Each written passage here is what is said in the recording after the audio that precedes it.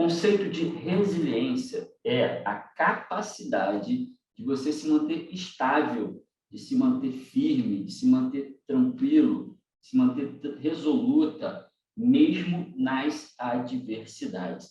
E convenhamos, a maioria das vezes você vai estudar por vários meses seguidos.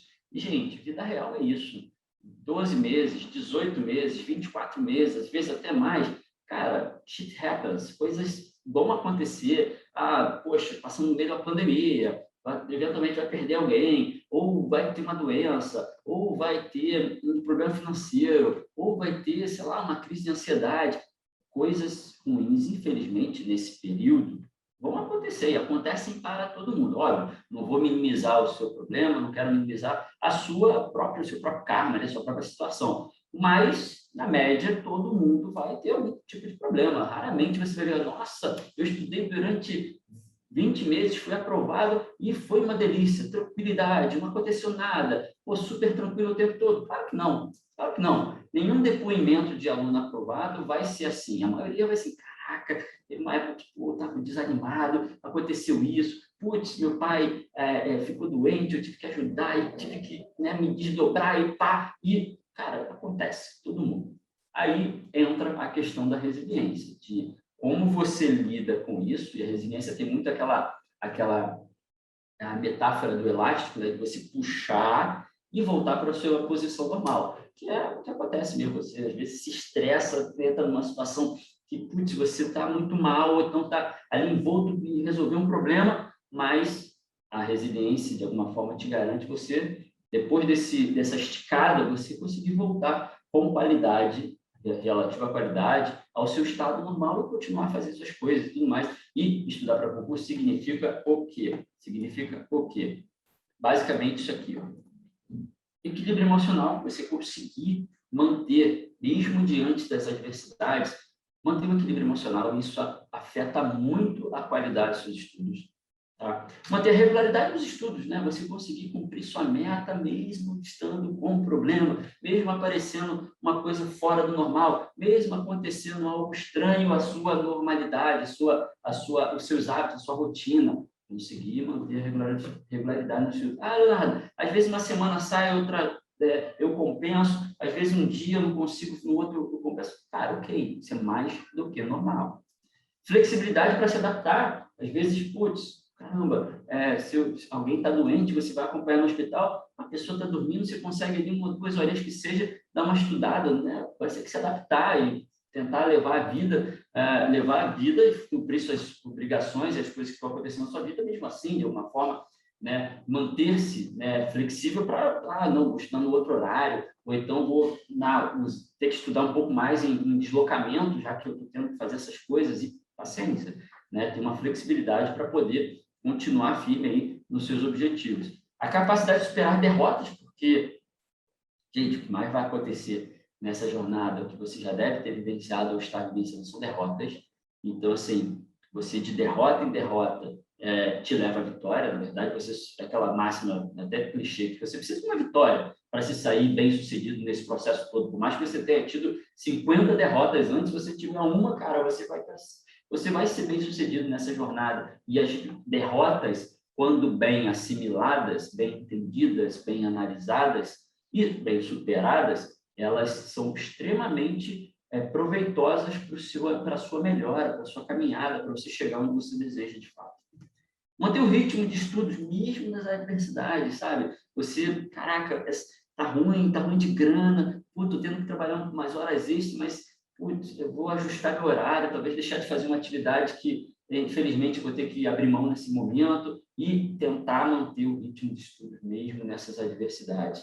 E suportar a pressão interna e externa, que, convenhamos, para muita gente, não sei, dependendo da sua personalidade, para muita gente a pressão interna é muito grande também. Eu sou uma pessoa que a pressão interna me esmaga, me destrói. Às vezes eu nem dou tanta bola para o que as pessoas falam ou pensam, mas, caraca, o que eu falo e penso de mim, a forma como eu me cobro, por exemplo, ela é muito cruel. E isso é uma coisa que eu até tratava em terapia, coisa do tipo, porque é importante você maneirar isso também, mas saber lidar com isso, cara, porque é difícil não ter um tipo de cobrança interna ou, eventualmente, externa. Quando é externa e muito forte, às vezes é até ruim, né? Espero que não seja o caso para você.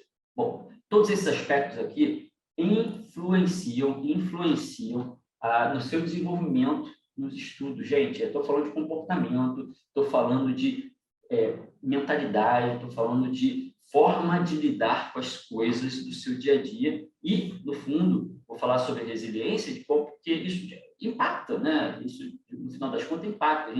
Eu tenho falado muito isso no Estude Certo, que o que a gente trata aqui não é apenas técnica de estudo.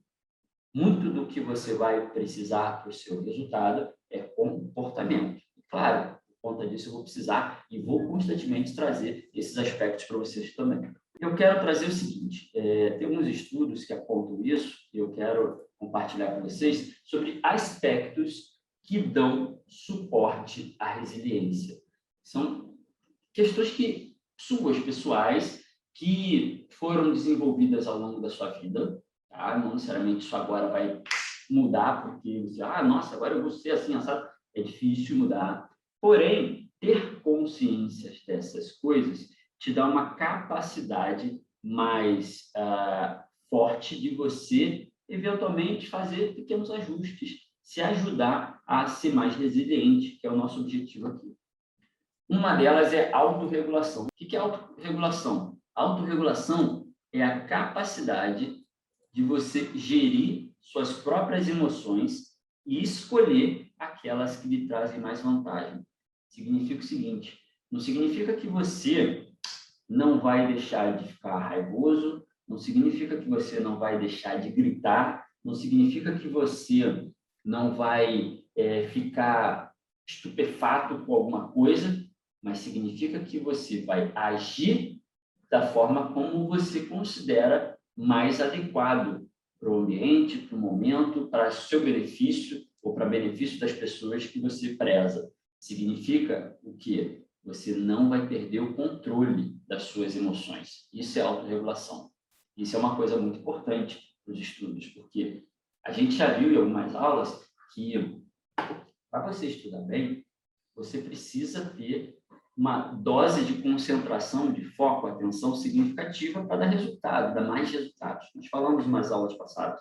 E, por outro lado, falamos também numa aula sobre a ansiedade, sobre como a ansiedade afeta. E a ansiedade, ela é um grau ali de falta de autorregulação e afeta o seu rendimento de estudo, porque quando você não consegue focar tão bem, quando você está muito ansioso, muito agitado.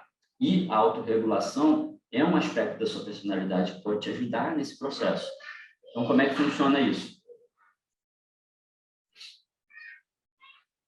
Basicamente você ter consciência de que você não precisa estar calmo, nervoso, você não precisa estar sereno, você não precisa estar plácida, mas você pode sim escolher. Estar nervoso, agitado, é uma escolha parcialmente consciente, não é uma coisa assim, nossa, caraca, mas você tem um certo controle de até onde você vai, do que você vai falar, do que você vai agir, da forma como você vai estar, mas você não perde esse controle.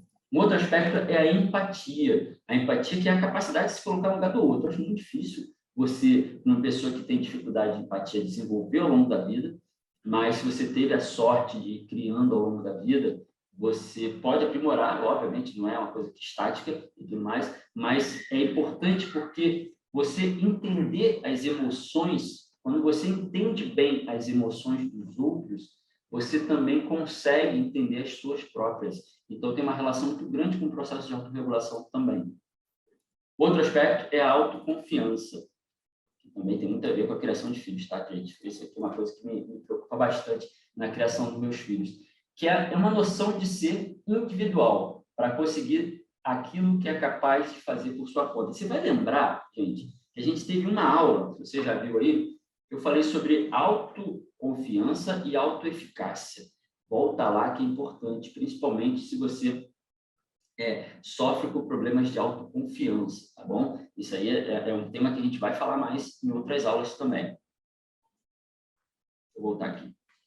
E o que é isso, essa história de autoconfiança? É você se saber competente para fazer coisas por suas contas, capaz de superar de se superar ao cumprir atividades. Galera, olha a simples definição desse conceito, como tem uma a ver muito forte com o que você vai precisar ao longo dos seus estudos. Primeiro, quando você se sente competente, a sua capacidade de executar as atividades é muito melhor. Então, óbvio que você está começando os estudos, você não vai se sentir competente. Porém, a sua autoconfiança em saber que, caramba, é difícil, tem muita gente que consegue, eu posso conseguir também. Esse é um tipo de pensamento que eu te fomento muito a ter nesse processo. O pensamento do tipo, poxa, é muito difícil, só as pessoas mais inteligentes conseguem, eu nunca vou conseguir. Galera, e não é uma mera questão de, nossa, pô, é só o pensamento já me atrapalha. Galera, isso trava a sua evolução. O simples pensar dessa forma trava o seu processo de aprendizado. Infelizmente, acho que foi na aula passada que eu falei, às vezes a gente tem, ao longo do nosso processo de educação, professores e tudo mais, que vão criando essas travas que a gente traz, infelizmente, a gente traz ao longo da nossa criação, ao longo da nossa evolução, como pessoa, como aluno, como estudante. Mas, nesse momento, eu te estimulo e te peço que você se desamarre dessas travas. Achar que você não é capaz é meio caminho andado para você, de fato, não ser. Agora, achar que você é capaz vai te dar o poder de saber que, cara, eu vou fazer, isso pode demorar mais, isso pode ser mais penoso para mim, mas eu vou conseguir, porque várias pessoas conseguem. E uma coisa que eu costumo sempre dizer, se eu não disse em algumas aulas, já disse em lives, em outras aulas abertas, eu acho que eu não lembro de ter falado isso no estudo certo, é que passar em concurso público, galera, não é uma questão de inteligência. Definitivamente não. É uma questão de mentalidade, de dedicação, de comportamento, no final das contas. Porque, óbvio, se você é uma pessoa super inteligente, se você é uma pessoa, nossa, extremamente inteligente, uma bagagem super sólida, que estudou nas melhores colégios e sempre se dedicava, óbvio que você vai ter uma facilidade enorme agora quando você for fazer uma prova de concurso, é óbvio.